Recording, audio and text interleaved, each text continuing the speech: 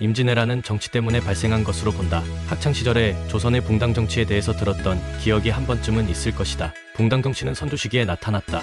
현재 대한민국의 더불어민주당과 국민의힘과 비슷한 모습으로 볼 수 있다. 선조 시기 형성된 붕당 정치에서 동인과 서인은 서로 권력을 잡으면 반대편을 몰아내었고, 그 결과 인재를 제대로 등용하지 못하고 민생은 나아지지 않으며 혼란에 빠져 있었다. 이를 틈타 일본이 쳐들어오면서 임진왜란이 발생한 것이다. 현재 대한민국은 이보다 심하면 심했지 낫다고는 볼 수 없다. 국회만 보더라도 민생에는 관심이 없고 오히려 국가의 혼란만 가중시키며 오로지 자신들의 자리 지키기에만 혈안인 정치인들이 대다수로 보인다.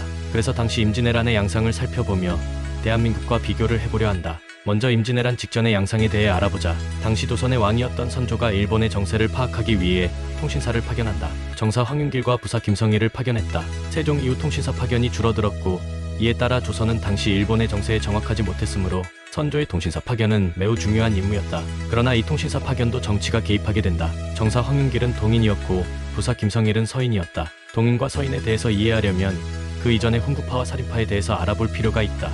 간단하게 정리하자면 훈구파는 조선 초기의 공신 세력들을 위주로 한다. 살인파는 조선 건국과 같은 공신 세력이 아닌 지방으로 낙향하여 조선과 함께하지 않고 제자를 양성하던 인물들의 제자들 정도로 볼 수 있다. 사실 세조 이후 훈구파가 세력이 너무 강성해지자 지방으로 낙향했던 인물들의 제자들을 훈구파를 견제하기 위해 등용하면서 살인파가 형성된다.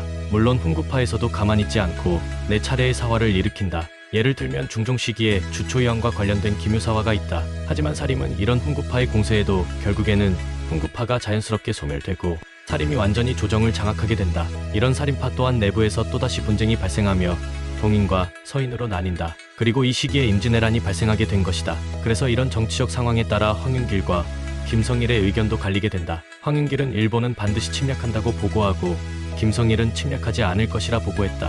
이미 선조가 통신사를 파견할 당시에 일본은 전국시대를 완전히는 아니지만 전국을 통일하고 관백의 자리에 오른 도요토미 히데요시가 단연간의 전투로 단련된 수많은 정예병과 조총이라는 강력한 무기를 보유한 시기였다. 또한 통신사가 도요토미 히데요시를 만나기 이전 몇 년 전부터 이미 일본의 사신이 방문했으나 태도가 매우 불손했다는 조선왕조실록의 기록 또한 존재한다. 심지어 나중에는 일본에서는 명나라를 치러 갈 테니 길을 빌려 돌라는 요구를 한다.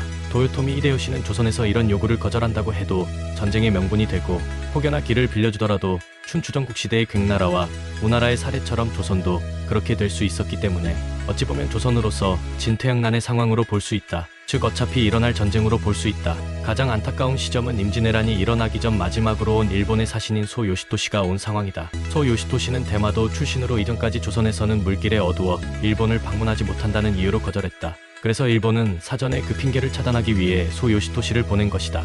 이때 재밌는 일이 벌어지는데 조정에서 반란을 일으키고 일본으로 도망간 우리 백성을 돌려주는 성의를 확인해야 하지 않겠느냐는 주장이 등장한다.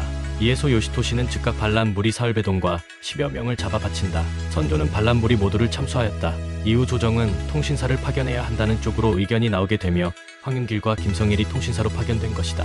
그런데 이 마지막 골든타임에서도 동인과 서인의 정치적인 대립이 관여되어 버린 것이다. 물론 황윤길과 김성일이 통신사로 파견을 간 당시는 임진왜란 시기에 병참기지로서의 나고야성은 존재하지도 않았다. 전쟁 준비를 하는 모습을 보진 못했으니 김성일로서는 황윤길처럼 무조건 전쟁이 난다고 보고를 한다면 혼란이 생길 수 있다고 생각해서 전쟁이 나지 않으리라고 보고할 수도 있다고 본다. 그러나 당시 이미 도요토미 히데요시는 어쨌든 전국을 통일한 관백이며 일본 사신의 태도 그리고 괴상한 요구 또한 나고야 성이 단기간에 병참기지로 지어진 점을 보면 전쟁이 날 것으로 보는 것이 합당해 보인다. 물론 조선 조정도 이에 대비하지 않은 것은 아니다. 특히 김성일과 같은 동인인 유성룡은 오히려 김성일의 의견에 의문을 제기하면서 정치세계에 좌우되지 않는 모습도 보인다. 붕당 정치가 무조건 나쁘다는 게 아니다. 더불어민주당과 국민의힘 모두 필요하다. 오히려 붕당 정치는 서로를 견제하며 좋은 정책을 낼 수도 있다. 그러나 현재 대한민국 정당은 민생은커녕 서로 견제를 하는 정도가 아니라 완전히 짓밟으려 한다.